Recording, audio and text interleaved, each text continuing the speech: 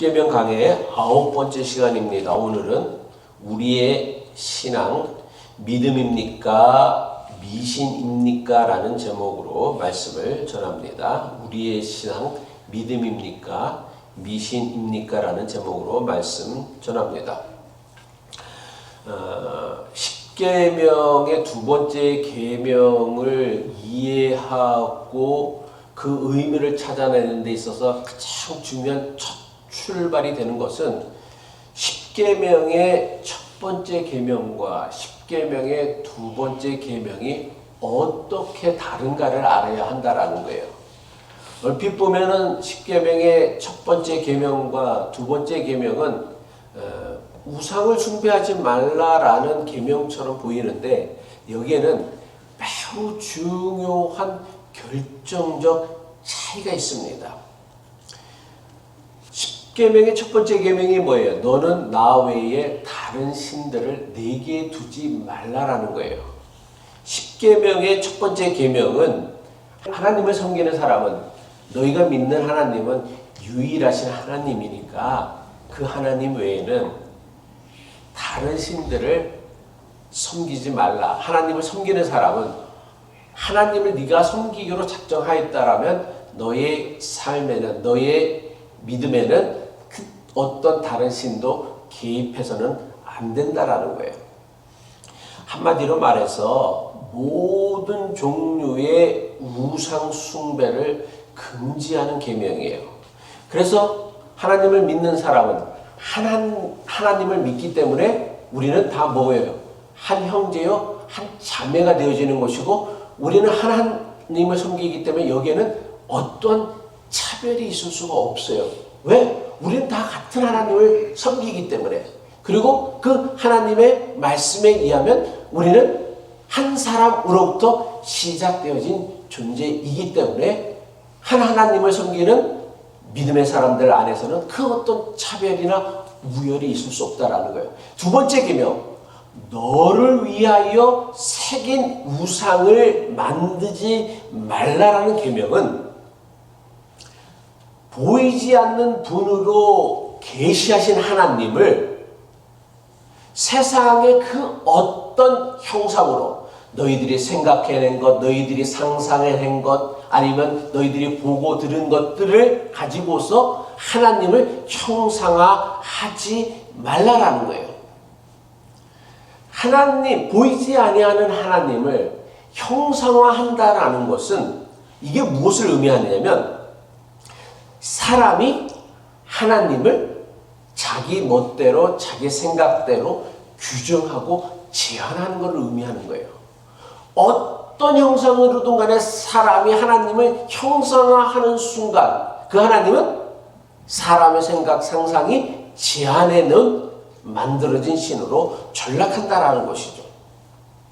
따라서 두 번째 계명의 본질은 무엇이냐면 하나님을 우상화하지 말라라는 거예요. 첫 번째 계명은 우상, 세상에 존재하는 사람들이 만들어낸 수많은 신들을 섬기지 말라라는 것이 첫 번째 계명이라고 한다면 두 번째 계명의 본질은 뭐냐면 너희들이 그 한 분이신 하나님, 유일하신 하나님을 믿는다라고 한다면 그 하나님을 우상화하지 말라는 거예요. 우상처럼 믿지 말라는 거예요.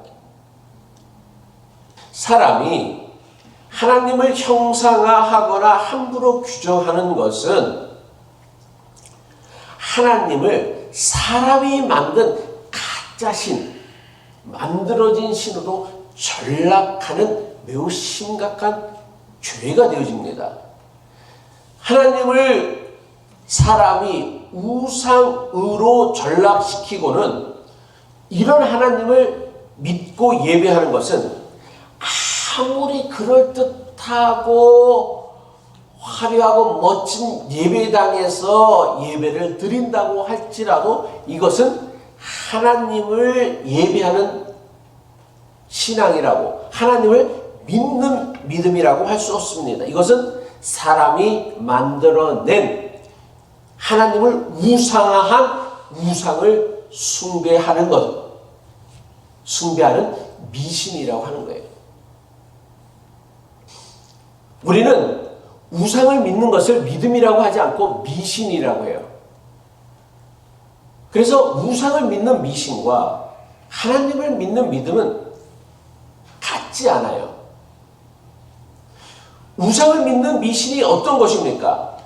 우상을 믿는 미신은 자기의 재물이나 자기가 바친 재물이나 자기가 바친 정성이나 노력으로 자기가 믿는 신을 어르고 달랠 수 있다라고 생각하는 거예요. 자기의 정성이나 자기가 드린 재물로 자기가 믿는 우상의 신의 뜻, 계획, 의지를 바꿀 수 있다라고 믿는 게 바로 미신이란 말이에요. 그럼 왜 사람들은 미신을 섬기느냐, 우상을 섬기느냐? 우상은 뭐예요? 사람들이 자기가 원하는 대로 조종할 수 있고 통제할 수 있기 때문에 그래요. 아니, 사람이 만들어낸 우상이 발이 달려서 어디 걸어갈 수 있겠어요? 움직일 수 있겠어요? 사람이 갖다 놓는데 그곳에 있어야 되는 거예요. 그리고 그걸 갖다 놓는데 사람들이 찾아가서 제물을 바치고 제사를 드리는 거란 말이에요. 그러니까 철저하게 우상은 사람의 통제 아래 있다는 거예요. 그럼 왜 이렇게 하느냐? 사람들은 자신은 바뀌지 않고 자기가 믿는 우상의 뜻을 바꾸어서 자신이 바라고 원하는 것을 성취하려고 하기 때문에 우상을 믿는 거란 말이에요. 그렇다면 하나님을 믿는 믿음은 우상을 믿는 미신과 어떻게 다르냐? 하나님을 믿는 믿음의 결정적 차이는 뭐냐면, 우상은 뭐예요? 사람이 우상을 갖다 놓을 수도 있고 저쪽으로 옮겨 놓을 수도 있어, 사람이. 그런데 보이지 않는 하나님이기에 하나님을 믿는 믿음은 사람이 하나님을 함부로 어찌할 수 없기 때문에, 그래서 그 하나님의 뜻은 우리의 뜻과 계획보다 더 크고 위대하고, 그 하나님의 뜻과 계획을 사람이 함부로 바꿀 수 없다라는 것을 인정하고 받아들이는 거예요. 더 나아가 하나님을 믿는 믿음은 뭐냐면, 내 뜻이나 내 소원보다 하나님의 뜻이 우리 모두에게 훨씬 더 유익하고 선하고 영원하다라는 것을 깨닫고 그것을 받아들이고 인정하는 것, 이게 바로 우상을 믿는 미신과 하나님을 믿는 믿음의 가장 중요한 차이다라는 거예요. 그래서 이런 하나님을 믿는 믿음은, 하나님을 믿는 사람들은 하나님을 바꾸려 하지 않아요. 왜? 하나님은 내가 바꿀 수 없는 분이라는 걸 알기 때문에. 그래서 누가 바뀌어야 되는 거예요? 내가 바뀌는 거예요. 내가 변화되어지는 것. 나를 위하여 하나님을 바꾸려 하기보다는 하나님을 위하여 내가 바뀌는 것, 내 뜻을 이루려고 하기보다는 하나님의 뜻을 이루기 위하여 살아가려고 노력하는 것, 성찰하는 것, 그 뜻을 찾아가는 것, 이것이 바로 보이지 아니하는 하나님을 믿는 믿음이 보이는 우상을 믿는 미신과의 결정적 차이라는 것이죠.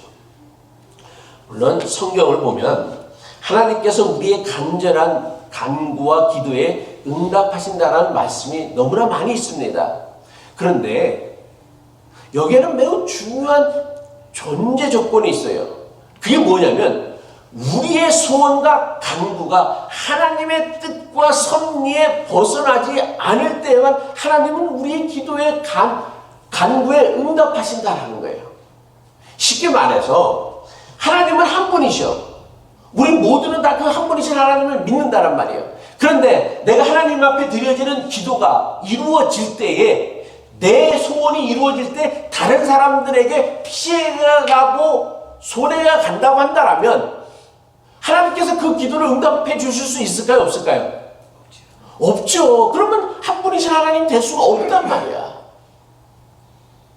내가 잘 되기 위해서 누군가는 손해를 봐야 되거나 누군가는 피눈물을 흘려야 되는 그 기도에는 하나님은 절대로 응답하지 않으신다란 말이에요. 이게 한 분이 하나님을 믿고 간구하는 기도의 가장 중요한 차이다란 말이에요. 그래서 여러분이 아무리 미워하고 싫어하는 사람이 있어서 교회 올 때마다 하나님 저 인간 좀 자빠져서 코가 좀 깨지게 해주세요 라고 기도해도 하나님 그 기도에 응답하실까 안 할까? 안 하신단 말이에요. 뭐 할 수는 있지 그런 기도. 어찌 속삭하면 그런 기도 할 수 있어. 그 하나님이 응답을 주시겠지. 아휴 저 인간도 야 내가 저 인간 때문에 나도 고생하고 있어. 근데 어떡하니? 저 인간도 내 자식이고 내 자녀인데 뭐 그런 깨달음이 언젠가는 올 수도 있을 테고 뭐 오지 않을 수도 있어. 그런데 어쨌든 간에 그런 식으로 하나님은 응답하지 않는다라는 거예요. 또 슬럼무심 붙잡고서 아무리 열심히 주여를 외치고 기도를 해도요 잭팟이 안 터져요. 만약에 터졌다면 그건 기도빨이 아니라 운빨인 거예요. 성경을 보면 하나님을 우상화하는 많은 시도들이 기록되어져 있습니다. 그 중에 가장 대표적인 사건이 사무엘 4장에 나오는 이스라엘과 블레셋 사이에 있었던 전쟁이었어요. 이스라엘 백성과 블레셋이 전쟁을 하게 되어졌습니다. 그런데 첫 번째 전투에서 이스라엘이 졌어. 블레셋이 승리했어. 그래서 첫 번째 전투에서 블레셋 군대로 인하여 죽은 이스라엘의 군대의 숫자가 무려 4,000명이나 되어졌어요. 블레셋과의 전쟁 첫 번째 전투에서 그야말로 4,000명이나 죽었으니까 대패한 거죠. 그 대패한 이스라엘의 지도자들은 분명히 시작해서 도대체 우리가 어떻게 해야 저 막강한 블레셋 군대를 물리치고 우리나라를 지킬 수 있을까? 그래서 국리 끝에 이스라엘의 지도자라고 하는 장로들이 결정한 게 무엇이냐면 사무엘상 4장 3절의 말씀이에요. 백성이 진영에서 돌아오며 전투를 끝내고 돌아오매 이스라엘 장로들이 이르되 여호와께서 어찌하여 우리에게 오늘 블레셋 사람들 앞에 패하게 하셨는고 여호와의 언약궤를 실로에서 우리에게로 가져다가 우리 중에 있게 하여 그것으로 우리를 우리의 원수의 손에서 구원하게 하자 하니. 언약궤가 뭐예요? 다른 말로는 법궤라고도 하죠. 이 언약궤는 뭐냐면 하나님이 이스라엘 백성들에게 주신 10계명을 기록한 두 돌판이 있잖아요. 그 10계명을 기록한 두 돌판을 보관하기 위하여 하나님의 명령으로 만든 것이 바로 언약궤예요. 그 훗날 다윗이 성전을 짓는데 왜 성전을 짓냐면 이 하나님의 언약, 하나님의 계명이 담겨져 있는 이 언약궤를 우리가 이 천막에다 모셔둘 수는 없으니까 좀 크고 화려한 성전을 지어서 거기다가 그 하나님의 언약궤를 잘 모셔두자라는 의미에서 성전을 짓기 시작한 거란 말이에요. 그러니까 그만큼 이 언약궤는 이스라엘 백성들에게 있어서 하나님의 임재를 사냥하고 하나님의 언약을 상징하고 하나님의 보호하심, 도우심을 상징하는 대단히 중요한 유일한 상징이란 말이에요.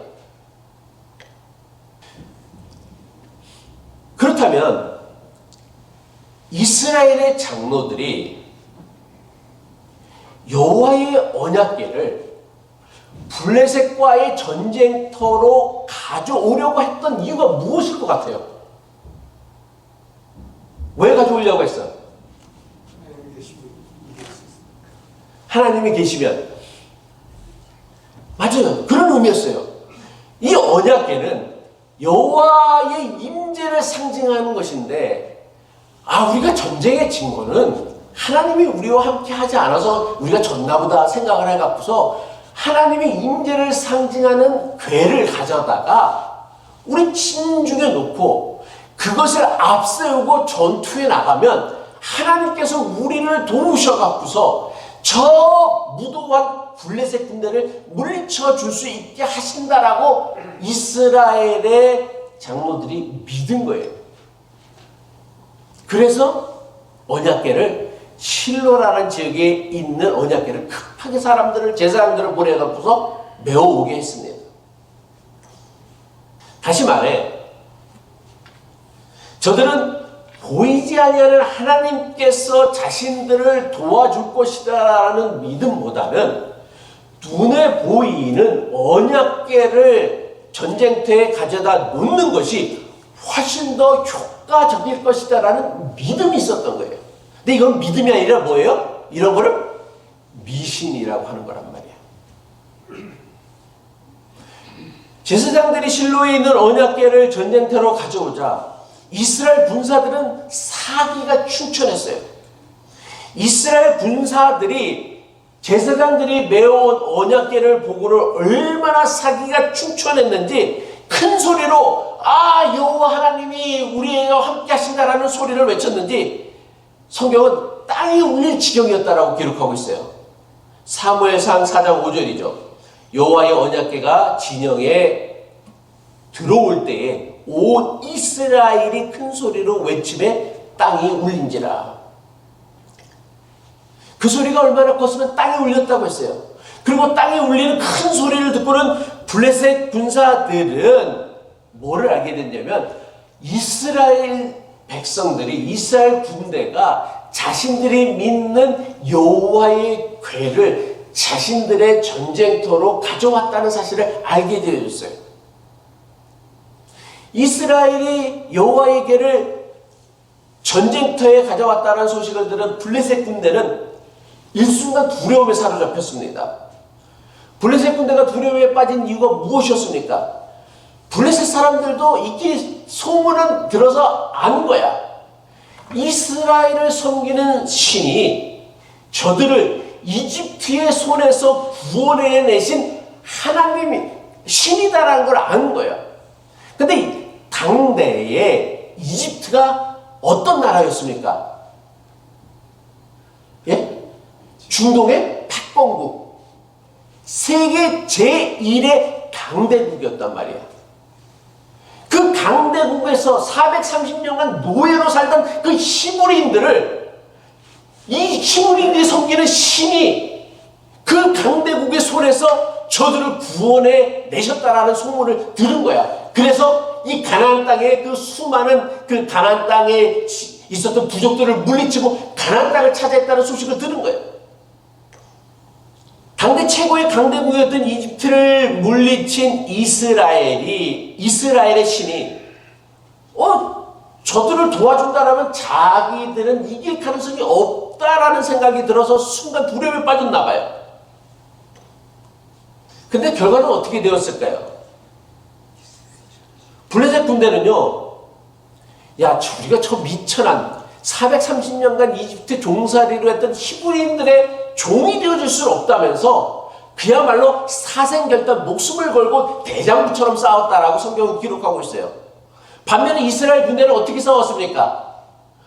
여호와의 궤가 왔어. 우리가 싸우지 않아도 여호와가 우리 대신 다 싸워줄 거예요. 그래서 그 궤를 앞세우고서는 설렁설렁 전쟁에 임했던 거예요.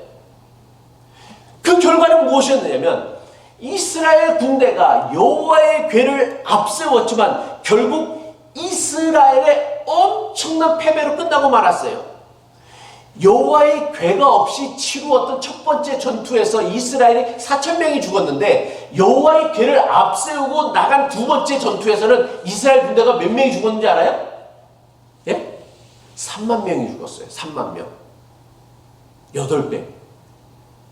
여호와 궤 없이 나갔을 때 4,000명이 죽었는데 여호와의 궤를 앞세우고 나갔는데 3만 명이 죽었어. 이게 뭘 의미해요? 궤에는 아무런 마술적이고 주술적인 힘이 없다라는 것을 이스라엘 백성들에게 각인시켜준 사건이에요. 근데 이것보다 더 충격적인 사실은 이스라엘 군대가 앞세우고 나갔던 그 궤를 어떻게 했어요? 블레셋 군대에게 빼앗기고 만 거야. 쉽게 말하면 하나님을 누구한테? 블레셋 군대한테 빼앗긴 거야. 자기들 신앙의 관점으로 따진다라면. 왜 이런 일이 일어났습니까? 이스라엘 군대는요, 눈에 보이지 않는 하나님 대신 눈에 보이는 언약궤를 믿고 의지하였기 때문이에요. 보이지 않는 하나님 대신 자신들이 만든 언약궤에 신비한 마술적인 기적적 힘이 있다라고 믿는 거예요. 그래서 언약궤를 전쟁터에 가져오기만 하면 자기들이 전쟁에서 이길 것이다라고 믿은 거예요. 하지만 사람들이 만들어낸 언약궤에는 저들이 생각하고 기대했던 마술적인 신비한 능력, 힘은 없었습니다. 근데 이야기가 여기서 끝나는 것은 아니었어요. 이스라엘 군대가 앞세웠던 언약궤를 빼앗아간 블레셋 군대 이야기도 우리가 주목을 해야 됩니다. 이스라엘로부터 하나님의 궤, 언약궤를 빼앗은 블레셋 군대가 그 하나님의 궤를 어디다 갖다 놨는지 알아요? 다곤 신전에 갖다 놨어요. 근데 그 다곤 신전이 어떤 신전인지 알아요? 누가 처음에 무너뜨렸는지 알아요? 그거를? 삼손이 무너뜨렸어요. 그 삼손을 희롱하기 위하여 사람들이 신전에다가 삼손을 데려왔는데 하나님 마지막으로 저에게 그 힘을 주시옵소서 해갖고서 다곤 신전을 무너뜨렸단 말이에요. 아마 이것은 블레셋 군대에게 되게, 블레셋 사람들에게 되게 치명적인 어떤 그 사건이었을 거예요. 야, 하나님을 믿는다고 하는 그 삼손이, 사사가 우리의 신전을 무너뜨렸어. 그래서 여호와의 궤가 이스라엘 진중에 들어온다 했을 때 블레셋 군대가 아마 두려움에 빠졌었는지도 몰라요. 그런데 여호와의 궤를 뺏은 거야. 그러니까 그거를 다곤 신전에 갖다 놨어. 왜 갖다 놨을까? 다곤 신성 앞에 갖다 놨어. 왜 그렇게 했을까? 네? 그렇죠. 우리가 믿는 다곤 신이, 야, 여호와 하나님, 니들이 믿는 여호와 하나님보다 훨씬 더 높은 신이야, 강한 분이야. 그래서 우리를 전쟁에서 이기게 했고 그 궤를 뺏어오게 했어. 그래서 그거를 전리품으로다 다곤 신전 앞에다, 다곤 신 앞에다 갖다 바친 거란 말이에요. 사무엘상 5장 2절의 말씀이죠. 블레셋 사람들이 하나님의 궤를 가지고 다곤의 신전에 들어가서 다곤 곁에 두었더니, 그런데 다음날 이상한 사건이 일어납니다. 다곤 신 앞에다가 전리품으로 가져놨는데 가보니까 자기가 믿는 다곤 신이 그 여호와 궤 앞에 번쩍 수저져 넣어서 코를 땅에다 박고 머리를 숙이고 마치 여호와 궤 앞에서 절하는 것 같은 모습으로 쓰러져 있는 거예요. 우연히 일어난 일이라 생각하고 사람들이 다시금 다곤 신상을 세워놨습니다. 그리고 나서 그 다음날 또다시 한번 신전에 가보니까 어떤 일이 있냐면 다곤의 머리가 떨어져 나가고 두 팔이 잘라져 나간 채로 몸뚱이만 여호와의 궤 앞에 전날과 똑같이 엎드려져 있었던 거예요. 완전히 부서지고 마는 거란 말이에요. 목이 잘렸다라는 것은 더 이상 그 신으로서 역할을 감당할 수 없을 지경에 이른 것이죠. 우리는 이 사건을 어떻게 보아야 할까요? 정말 여호와의 궤에는 신비한 힘이나 능력이 있었던 것일까요? 그래요? 아니요, 그렇지 않아요. 언약궤 자체는 이스라엘 사람들이 만든 상자에 불과해요. 만약 여호와의 궤에 신비한 마술적인 능력이 있다고 한다면 이스라엘 백성들이 블레셋과의 전쟁에서 그 여호와 궤를 앞세우고 나갔을 때에도 신비한 능력으로 블레셋 군대를 물리쳐줬어야지. 이거는 언약궤 안에 모셔둔 십계명을 적은 두 돌판도 마찬가지라는 거예요. 십계명을 기록한 돌판이라고 해서 그 돌판에 무슨 신비한 능력이나 힘이 있었던 게 아니에요. 그냥 모세가 새겨서 만든 돌판에 불과하다라는 거예요. 다시 말해, 다곤 신이 여호와 궤 앞에 엎드려졌던 것은 궤나 십계명이란 돌판에 마술적이고 주술적인 힘이 있었던 것이 아니라 보이지 아니하는 하나님께서 그 우상을 섬기는 것들이 얼마나 허망하고 부질없는 것인지를 보여주기 위하여 다곤신을 여호와 앞에 쓰러뜨리게 한 것이죠. 이거는 이방인들에게 주는 메시지였고, 이스라엘 백성들에게 주는 메시지는 뭐냐면, 그 여호와의 궤, 사람들이 만든 궤를 앞세우고 나갔음에도 불구하고 전쟁에서 패하게 만들고 그 궤마저 빼앗기게 만들므로 말미암아 하나님을 믿는 믿음은 이 궤짝을 믿는 게 아니라, 이 안에 담겨진 돌판을 믿는 믿음이 아니라 보이지 않는 하나님을 믿는 믿음이어야 되는 거고, 이 모든 역사는 하나님이 임재하시고 계시하실 때 나타날 때 나타나는 역사이지 궤짝에 돌판에 능력이 있고 힘이 있는 게 아니다라는 거예요. 언약궤는요, 하나님께서 모세에게 만들라고 명령하신 거예요. 십계명 두 돌판 역시 하나님께서 주신 명령을 모세가 손수 직접 새긴 거예요. 그런데 아무리 하나님의 명령으로 만든 물건이라 할지라도 그 자체로는 거기에 무슨 신비한 능력이나 힘이 있는 게 아니다란 말이야. 하물며 하나님께서 만들지 말라고 한 것에 어떻게 신성한 힘이나 능력이 있을 수 있겠습니까? 그러니까 여러분들이 아무리 차에다 십자가 목걸이 걸어놓고서 다녀도요, 사고가 날려면 날 수가 있는 거예요. 거기에 뭐 신비한 마술적인 힘이 있는 게 아니란 말이야. 그런데 문제는 이게 기원전 11세기에 일어난 일이에요.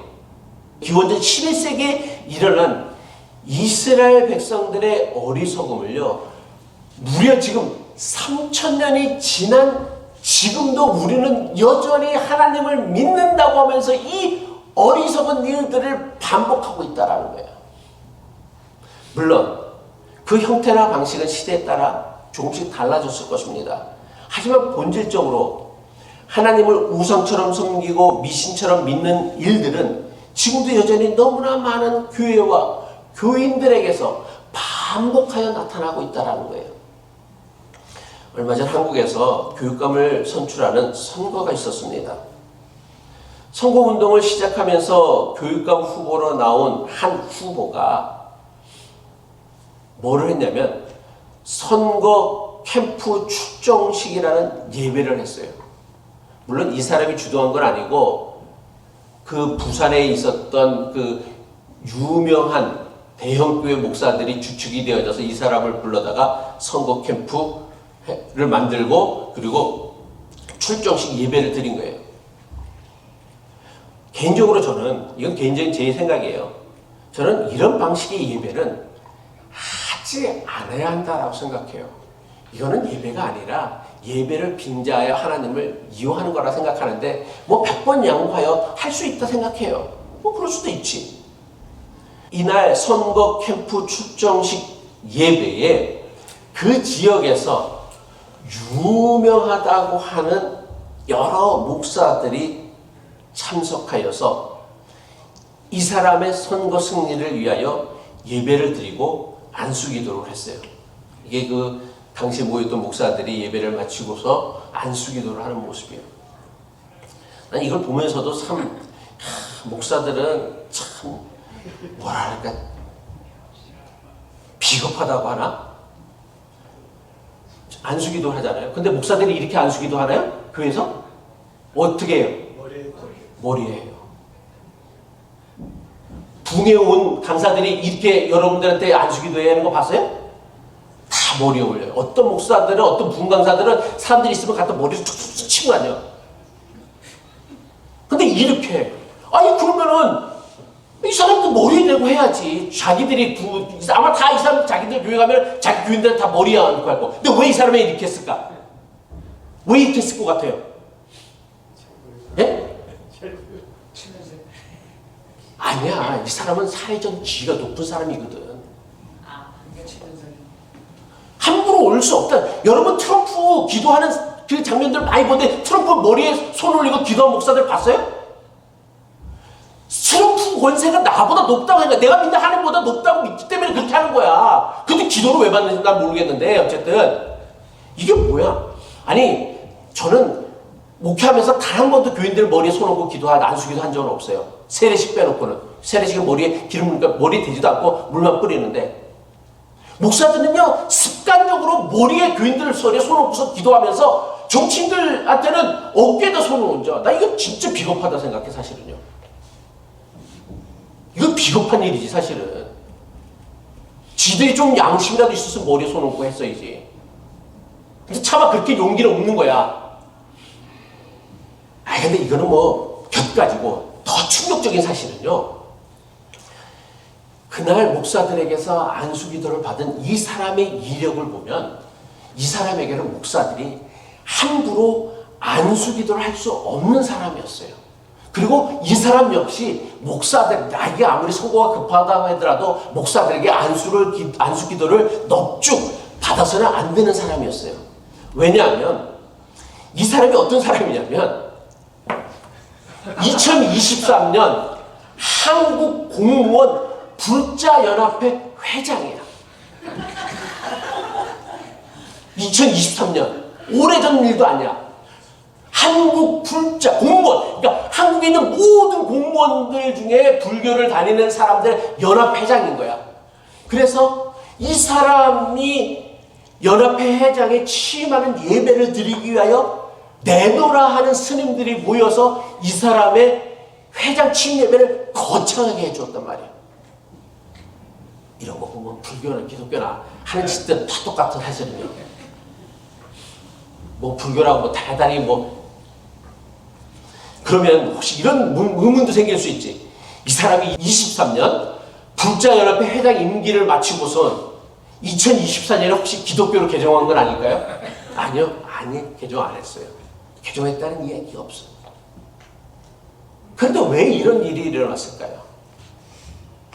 부산 지역의 유명한 목사들은 자신들 마음에 드는 사람들을 교육감으로 세우고 싶어 했고, 선거에 출마한 사람은 자기가 비록 불교 신자이지만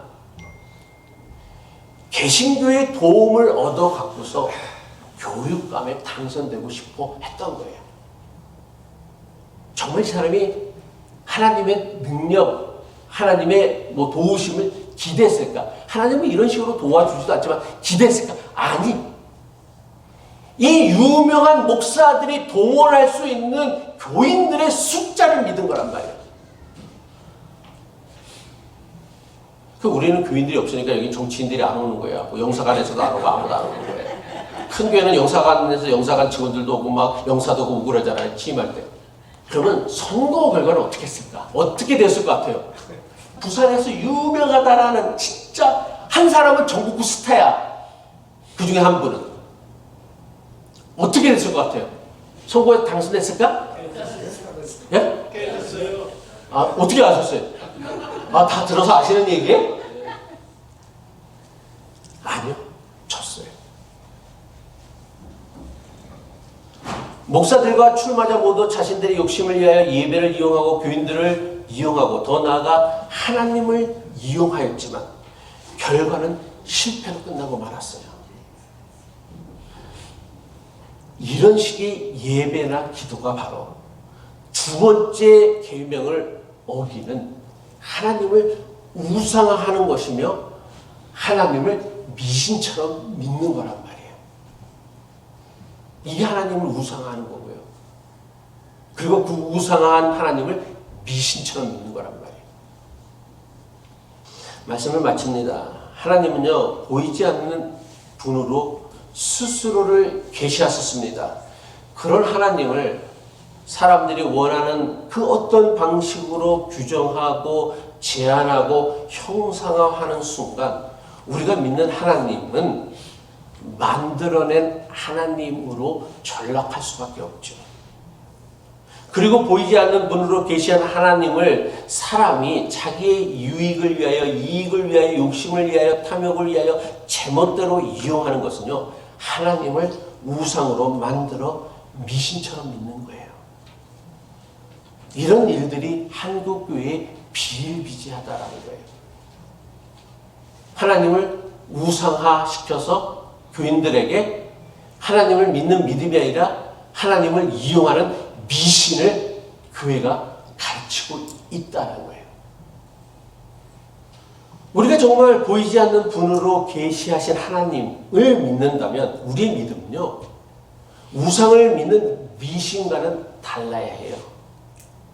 우리의 신앙이 우상을 믿는 미신이 아니라 하나님을 믿는 믿음이라고 한다면 예배나 기도를 내 뜻과 소원을 이루는 수단이나 방법으로 사용해서는 안 돼요.